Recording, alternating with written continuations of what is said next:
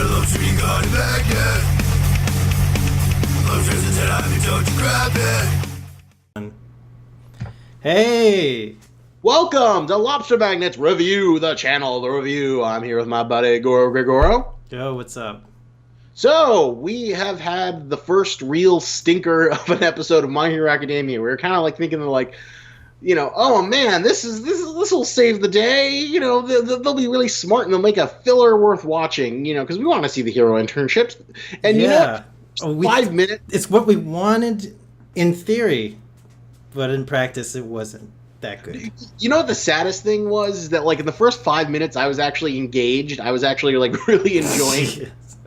it. Almost like, it was fun seeing like Bakugo and Best Jeanist, but unfortunately like to show them more would like have to like, imply some character growth from Bakugo. And, obviously they don't want to do that too much to like, supersede any of the manga stuff.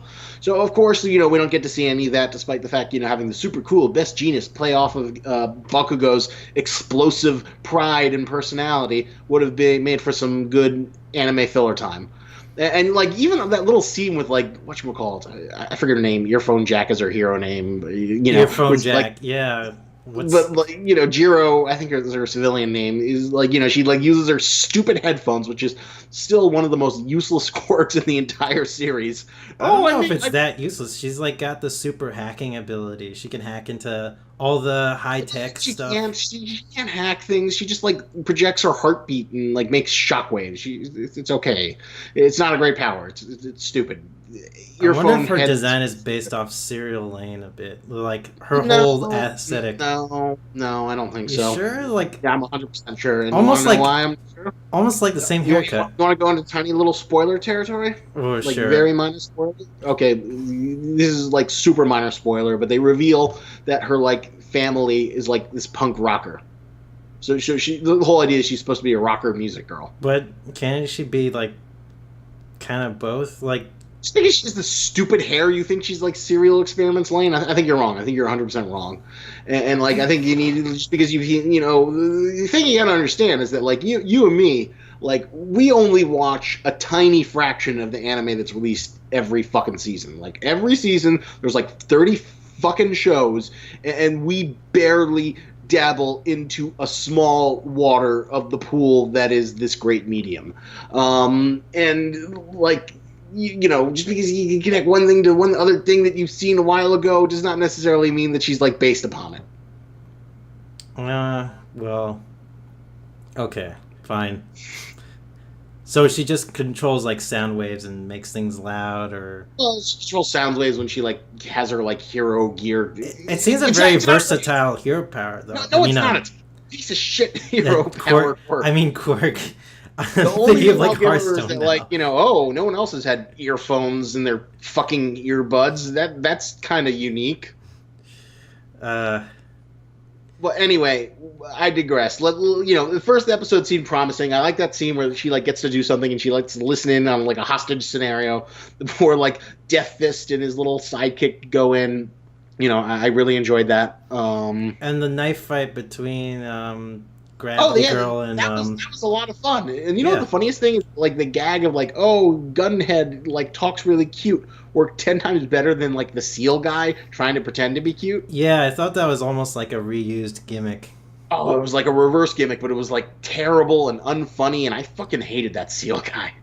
Well, I wasn't that bothered by the Seal guy, but just like, that we followed that story arc at the end of the episode for so long. Like, I wouldn't mind just seeing the Seal guy for like a few brief minutes and then switch to something else, like, I don't know, the hardening guys, or like maybe the weapon girl, like, and her like really shitty internship turns out to be like, they actually get into a scuffle with like someone who's trying to rob someone. Yeah, that was a missed opportunity. I would have liked to seen like, the booby girl, with the snake girl from his other manga, like, get into scuffle. Maybe she can show that she actually does have some hero other than like, sex appeal and attention grabbing.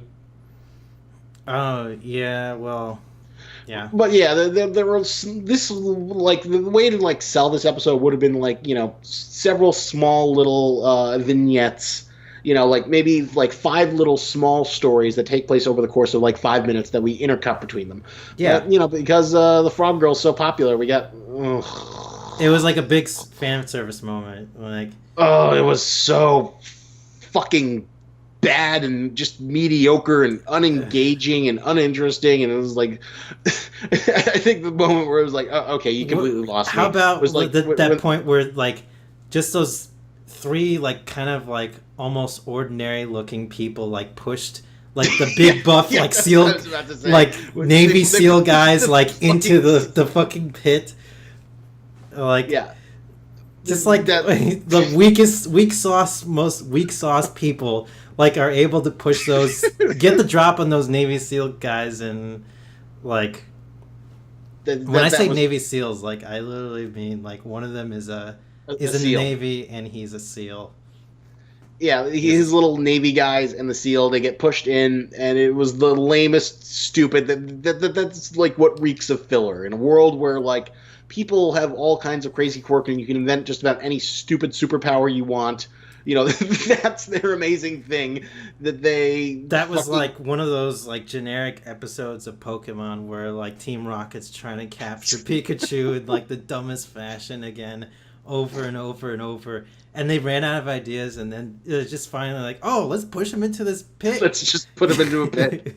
And then we have the moment where the main boss tentacle guy, he probably had the best out of all the filler designs. Like, he almost looked creepy enough, although maybe that was just so they could have like the tentacle fetish thing. Oh my god, yeah, it's like, of course the final boss is like a tentacle monster in a Japanese anime. That stereotype has to keep on like reoccurring over and over again. I'm the surprised, tentacle though, monster like, fighting against 2 girls, 2 sexy girls.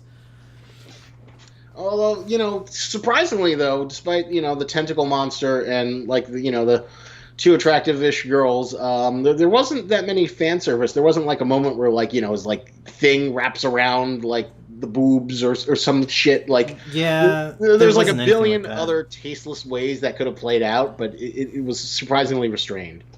Yeah, I could sort of appreciate that they did that in some fashion, but like, I guess, yeah, it's still just very weak, and I was just like, I was rolling my eyes when I first saw this like squid dude, and I was like, oh my god, of course this is gonna happen. Well, because he's the whatchamacallit, the tentacle guy, and they implied that there was gonna be a squid boss when they saw the little squid guys beforehand. I would have liked to see like absolutely no like emotional reactions from Frog Girl during that whole episode.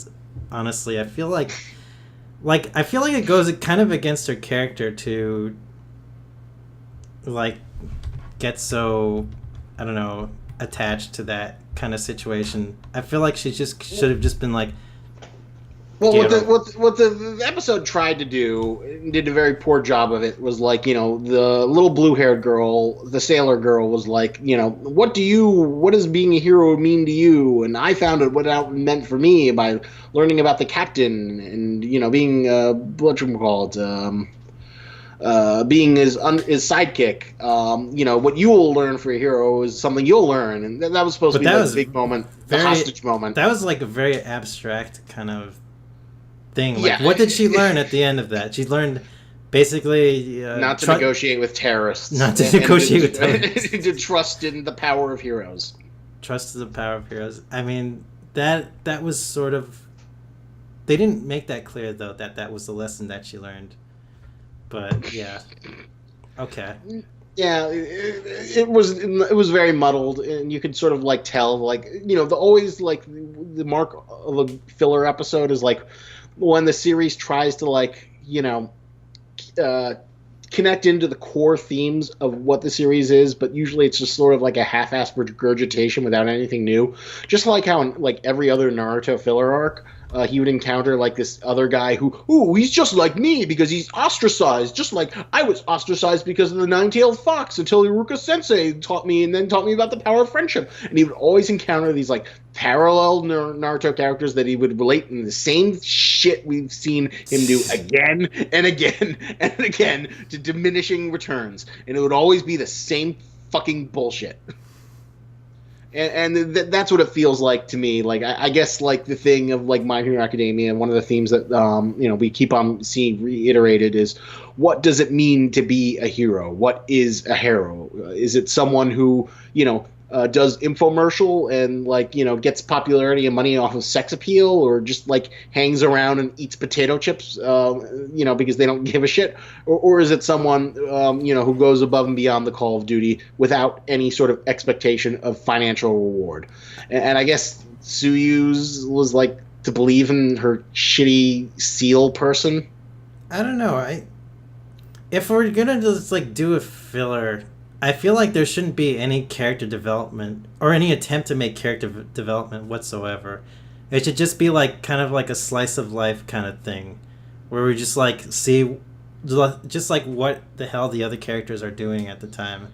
Well, you could say we got a slice of life in the My Hero Academia world, in the sense that like this is what heroes do on a regular basis in this post X-Men world. Yeah, I just want the whole episode to be about that instead of like struggling to, give Frog Girl some character development, which, I mean, she really didn't really need at that. Yeah, this definitely shows that like she should never be a main focal point. She's like the perfect kind of side character, and like this happens a lot. Like in whatchamacallit, Pirates of the Pirates of the Caribbean. I was going to use the example. Jack Sparrow is designed to be the ultimate supporting character.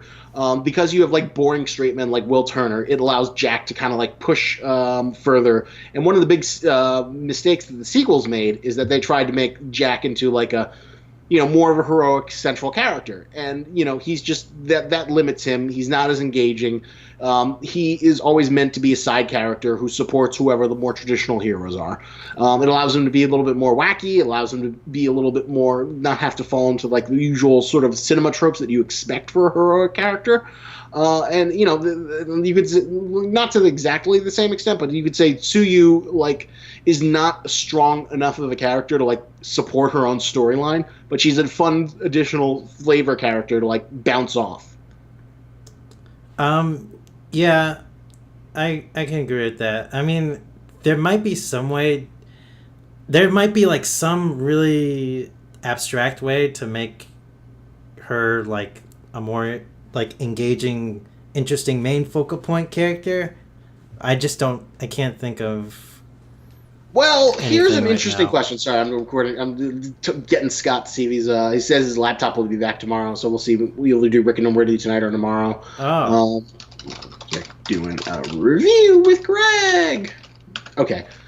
So, back to the main point. Well, this is a really interesting thing, because, like, we did get, like, a story centered around the Frog Girl, which you got to see animated in that OVA, The Training of the Dead, and that is, like, literally, it was a little side story that was, like, made by the main mangaka, and it was included in the volume as, like, a little extra bonus material. That was, like, a fun side story, because, like, okay, I think one of the reasons why that worked better for her was because,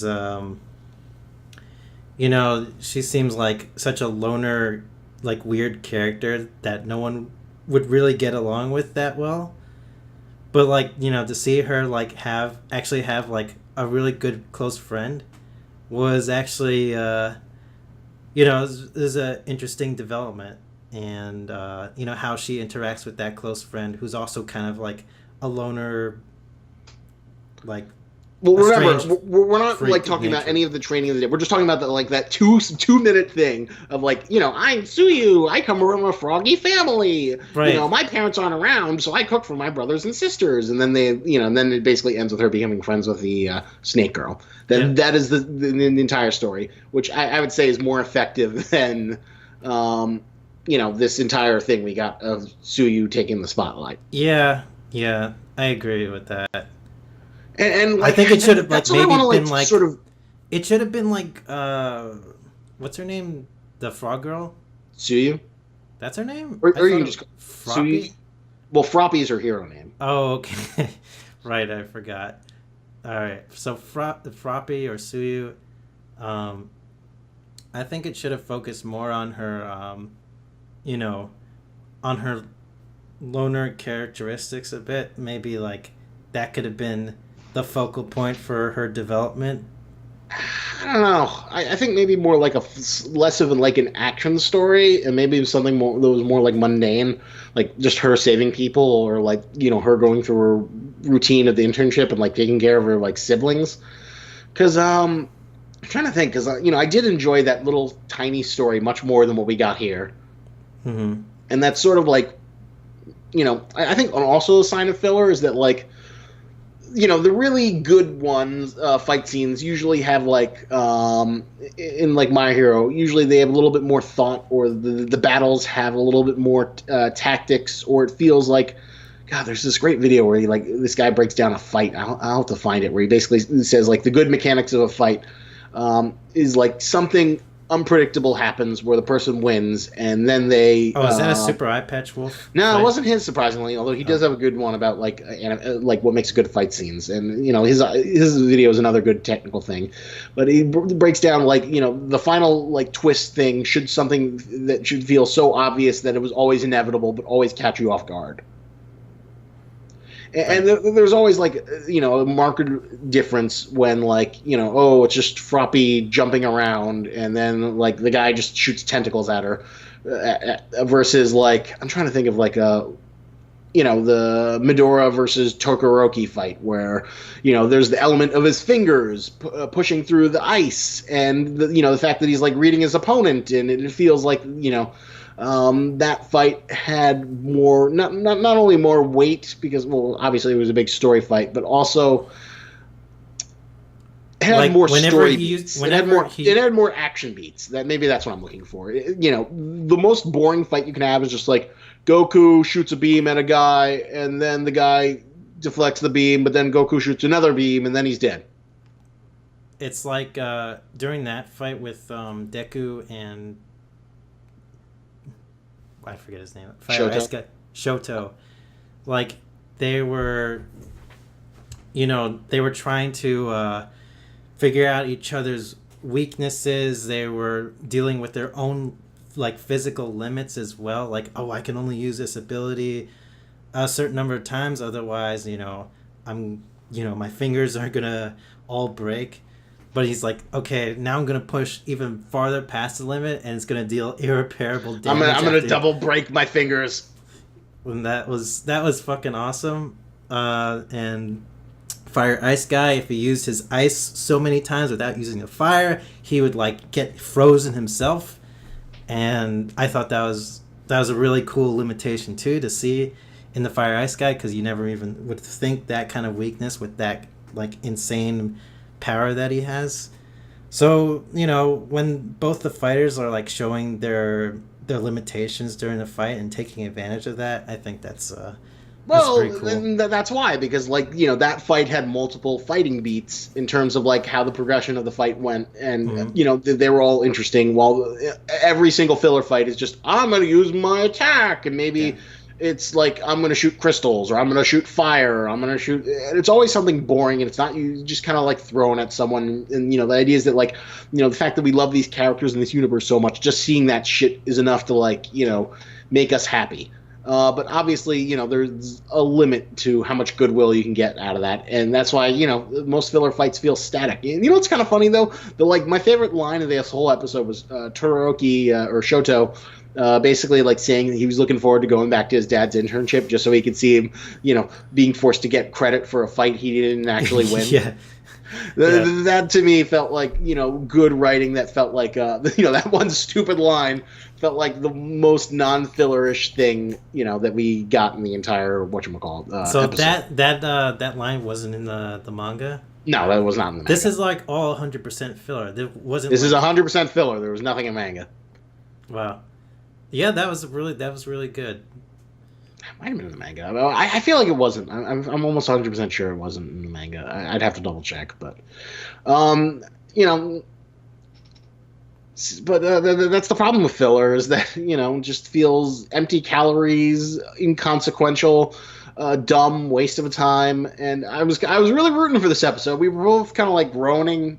And you were like, "Oh, I'd like to see that," and I was like, "I'd like to see that too." But apparently, the end result is, and I hated that stupid. I said this before, but I hate the skill guy's gimmick of like, "Oh, let me look cute. Let me pretend to have a cute face." It was stupid. It was like a worse version of the gun guy. Yeah, I guess it was dumb. Well, what if they completely introduced a brand new hero that was like on an internship that we'd never even met before? And that's pretty much what they did with the fucking Seal guy. No, I mean like without following any of the students that we've recognized before. What if it was like a brand new student? It was like, "Oh, I recently transferred," and what if they like had like a hero just for filler episodes that we could follow along in like the universe? What do you mean? I'm not quite sure. Like, you want like filler episodes that just follow some like filler hero? Yeah, it's just like is like inside the My Hero Academia universe, just to mess around with stuff. That's like the best thing I can compare it to is the My Hero Academia illegal spinoff, which is not as good as the main series, but like better than it has any right to be, considering how shitty these spinoffs can generally tend to be. Yeah. I don't know. Maybe they can animate that. But I still don't see why you want like an original hero to be like this filler character that just like gets their own series or episodes. I don't know, just so they don't mess up the character development for any of the characters, or feel like they can't be like restricted by that limitation. Where like, oh, we can't develop this character that much because otherwise it'll conflict with the manga, etc. I guess you could argue that the best thing I can think of is like take like pro hero characters that we just see like character designs of and don't really do much of anything, and then just like give them story arcs. Like Best Genius has done next to nothing in the manga. But he's a neat quirk. You could probably do some fun shit with him. He like controls fiber, so we can like control the clothes, and that's his quirk. So. You could follow him around. You could follow around Mount Lady. That kind of reminds me of the U19 manga a little bit. Like the thread of destiny. The stupid Stitch guy. I still have to read through the rest of it. Yeah, you got to finish that. We're going to do our shit manga review at some point. And the funny thing is, like, as terrible as that manga is, I actually thought the Stitch power was kind of interesting. It's like... But it's like I didn't think it was terrible. It can do, like, everything. Well, yeah, it can basically do everything, which is, of course, a big problem. But the thing I kind of liked about it that kind of, like, fit into the thematics of U19 that didn't really do well is the idea is that, like, stitching and handiwork is, like, a feminine hobby. And the whole idea is, like, that doesn't go in with, like, the imperialistic, patriarchal adult society that Japan has in their world, which is, like, times to 12. So, to have like a kid whose superpower is like something that goes against the norm and is something that normally you would think was like, kind of feminine and doesn't go, actually turns out to be pretty powerful, right? There's a smart like line of thinking there that, doesn't quite go all the way. Yeah, I could sort of see that. That makes sense. Yeah, but I guess you could say Best Genius. I'd say the smartest idea would just take the pro heroes that we've seen and like, follow them along, because we don't see much of them, and you can like, do what you want with them because they're not major characters. All right. Well, should we rate this thing and just get it over with? Although I do like this discussion about fillers in terms of like. Yeah. What defines fillerness? What makes fillerness a waste of time? Filler? That's an interesting question. What makes a good filter? I guess, like, filler? I don't know. At Otakon, every year they have, like, this special screening of, like, an episode of, like, where Goku and Piccolo learn to get their driver's license. Oh, really? They say that's the best filler episode of all time, just by virtue of like Goku and Piccolo just like dicking around, just like seeing these like super strong guys like struggle to drive. Something like that would be great. That would be an awesome kind of filler episode. Like I have no really idea how inconsequential. Yeah, I don't know how you'd apply that to the My Hero Academia universe unless there's like this really weak guy who's a terrible quirk, but like for some reason none of the class 1A can beat him, and they have to like fight him for training. They have to rely on duct tape guy or something. Yeah, they have to rely on duct tape guy, or like for some reason the less developed characters who like seemingly have shitty quirks like get to save the day. That like Mineta with his stupid purple hair somehow like finds himself being really useful. I don't remember. Who is that again? Remember the pervert guy who was like the purple balls in his head? Oh, that guy. Those are people? Yeah. That guy. Maybe he somehow defeats the evil villain. One second, I'm going to get my lights back on. Okay. But, so Greg, what would you say this episode, how much is it worth? For me, I'm going to say 4. 4 out of 10. Yeah, that seems fair. Like the beginning, the first 5 minutes were nice. They were actually nice to watch. And then the end, it was just kind of very like mediocre, but it wasn't like it did feel like kind of like a waste of time. 15 minutes of waste of time versus 5 minutes of like okay enjoyment. Like I would have been more generous if those it didn't get progressively worse with the Suyu storyline, so that's why it's a 4 out of 10 for me. Yeah, like you can be generous and give it a 5 or a 6, saying, "Oh, it wasn't completely terrible." You hated the Training of the Dead, and this was considerably worse than the Training of the Dead. It was. It's just like, yeah, I think. Like I was like generous to the Training of the Dead. I thought that was decent filler.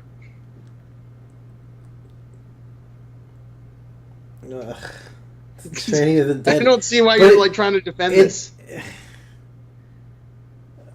I don't know. What did I rate Training of the Dead? Here's the critical thing. Here's the critical thing to keep in mind. It felt like there was like actual like manga content in some weird way during this whole this episode. There was like a little bit at the very least, but with Training of the Dead, there didn't have any, and it was like out of the storyline completely. What are you talking about? They actually had legitimate manga content. Those first 2 minutes were totally from the manga, the Suyu backstory. Oh, the Suyu backstory with their friend. Oh, yes, I've told you that like 5 times. Oh, I didn't realize that. That okay. I told you that was a little short story that was published as like a little extra thing in like one of the volumes. But I guess it's like because that filler felt like, okay, this is completely out of the storyline. It's like not really. This isn't really happening because why does Deku have full Cal at this moment before he trains with his teacher? Like this makes no sense in the continuity of the series. Like this isn't really happening. This is all fake. Like right because I know right from the get-go that is all fake. It just like it makes the episode feel much more inconsequential. Yes, exactly. But they still had like fun moments of like the characters being zombies, and then they all do like their stupid one traits. Like Ida like just runs into a fucking tree. That to me was funny. Bakugo's like and shooting explosions was funny. The fact that the zombies like thought All Might in his real form, it's was just because like I knew the whole thing was inconsequential. It was just. It was nothing. What was consequential about Suyu fighting the Octopus Man? Tell me. Because it's part of the now part of the continuity of the show. Like maybe when they do fillers again, they can bring that shit back. The Training of the Dead took place. I don't know. Actually, I don't know when it took place. Maybe after this. Before Deku learned full Cal from his teacher. Well, remember, the Training of the Dead OVA went with the manga, so it was like designed for manga readers who were, knew about Full Cal, even though it hadn't premiered in the anime technically yet. Yeah, which makes no You know, it's sense. just So training it's exercise. not part of the continuity. It's just like a stupid, dumb episode of nothing. So That was just the like- continuity is what saves it for you, even though it committed the worst sin. And the worst sin is like not being so bad that like you could enjoy it in a way, but just being boring, just being flat in the middle of the road, and that is like the worst sin of any piece of media can be, is just like boring and straightforward. Wait. I'm just saying. I think continuity is very important to me. I like continuity. So Greg, what's your fucking score? Are you giving it a 6? No, I'm not giving this a 6. What's your score? I'm sticking with my 4, but like you seem to be in this weird middle ground. I thought we were gonna just wrap this up, and you're like, I don't hate it enough to give it, but I don't want to give it a 6. But I don't. All right, I'll give it a 4 too. Whatever. No. Do you want to give it a 5? You need to give No, your I own score. wasn't gonna rate it higher than 4. I was thinking about 3 or. I was thinking about 4 or 3 or 2. But you just spent like the last 5 minutes defending it, saying how like the continuity made it better than, and you were like, I don't remember what I rated the other. What did I rate the other filler? I don't remember. I would have to go back to the video and look it up to tell you. Like, I have to consider this in context of everything that we've seen so far in My Hero. Like, this is obviously a big lull after such a huge action-packed like story arc with Stain and everything. So I can understand that they put this like really dumb story like in between that, just to sort of as a breather for people, and just like a way for them to milk out more money from the audience, I guess. But and at least it follows the continuity, and just like this could be a villain that pops up in a later filler episode. No, yeah. But you still hated it enough to give it like a 3. It's a 4 now. I think it's a 4. That's my feeling. That's your feeling. Okay, so you the fact that we could see the inked octopus guy is enough to save it for you, to make it you think it's better. Yeah, I forget what I rated the other one, but this is a 4. I think you gave the other one a 4, and I was like a 6 or 7. I was much kinder on the Training of the Dead than you were. Wow.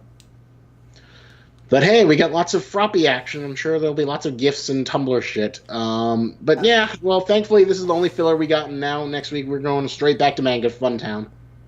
I think you should shill like a cute little sea otter thing. He wasn't an otter, he was a seal. Whatever, this cute little seal character. You know the best thing would be to shill would be like a SEAL Team 6 plushie, like a SEAL Team 6, but they're seals. What? Let's see, SEAL Team 6.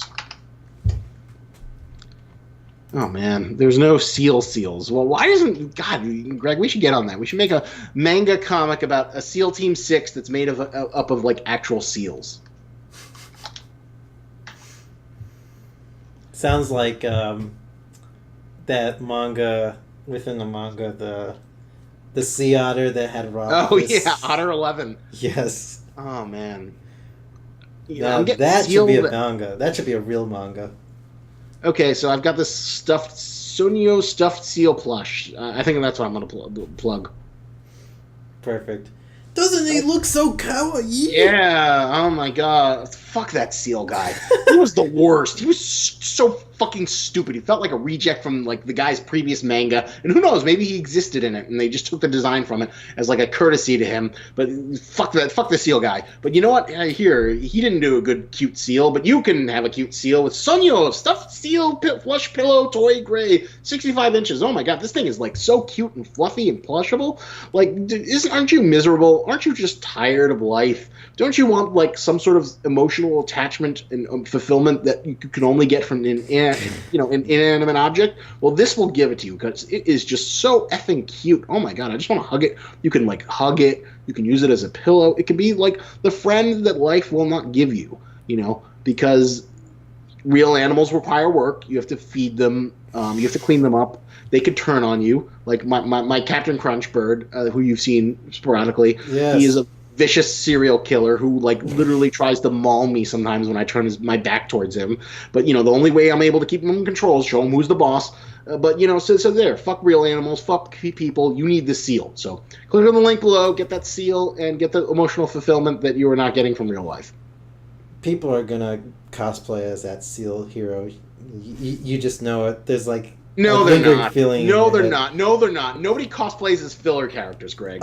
They have before. Remember, we went to a con once and someone cosplayed as the Stupid Brothers. No, they didn't. I feel like that's happened. I don't think I've ever. I'm looking that up right now. Incredible Stupid Brothers cosplay. Yeah, I'm not seeing it. So anyone, there was like Naruto filler. There was like a Naruto filler generic cosplay at some point. I remember. I think he did. I think he did it as it was like a joke. I remember there was like a Star Child like cosplayer, like the Cancer Village. Oh, was there? Okay. Yeah, but like usually it's always ironic. It's not like, oh my god, I legitimately thought this character was awesome. Yeah. Okay. Nobody likes them. All right. Well, thank you for watching this review and hearing our thoughts on the mediocre My Hero Academia episode. Next week we'll be back with ass-kicking fun time, and we'll probably be doing more manga reviews when Shonen Jump gets back.